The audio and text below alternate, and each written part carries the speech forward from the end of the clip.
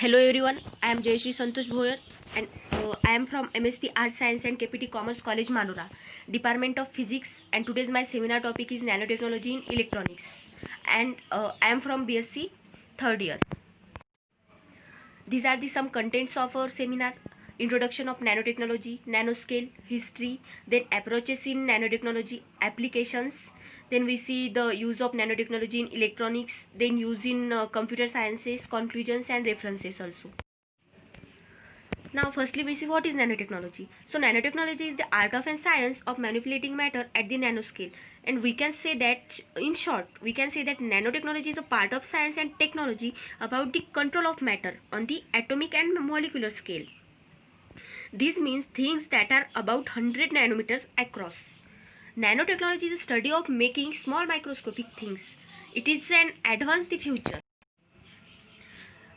Now we see what is nanoscales. Here we can see the nanoscale. The nanoscale is a technology refers to our ability to utilize our understanding of nanoscale science to fabricate products with new properties and capabilities. History of then we see history of nanotechnology. Here is some history of nanotechnology.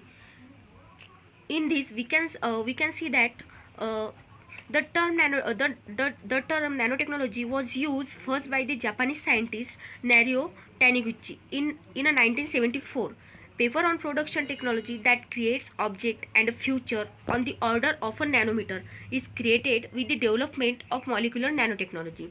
And also in this we have to see why nanotechnology is important, because the nanotechnology is designed to provide a novel and improve approach to cancer diagnosis and treatment. That's why the nanotechnology is so important.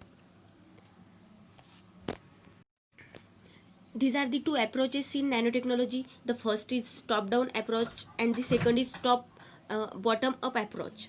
The first in top down approach, creating nanoscale materials by physically or chemically breaking down larger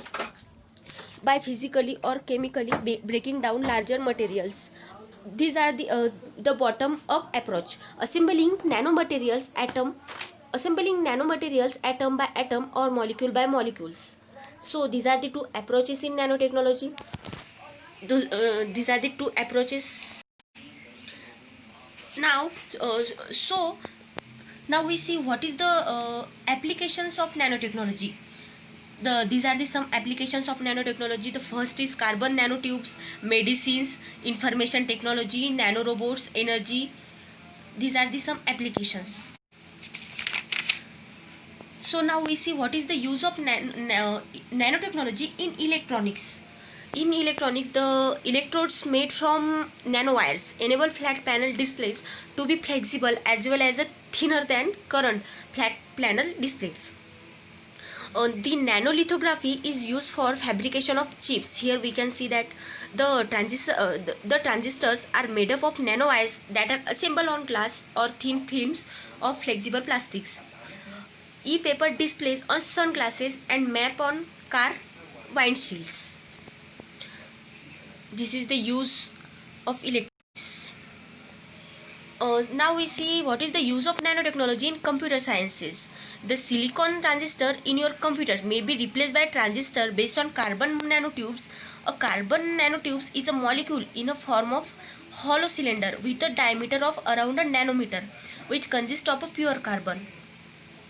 Then nanorods is a upcoming new technology in the displays techniques due to less consumption of electricity and less heat emission.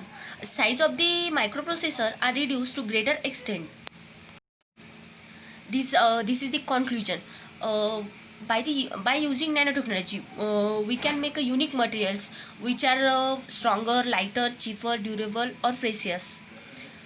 Computers can become a billion times faster and a million times smaller. So these are the references of our seminar. And lastly, thanks for your attention. Thank you so much.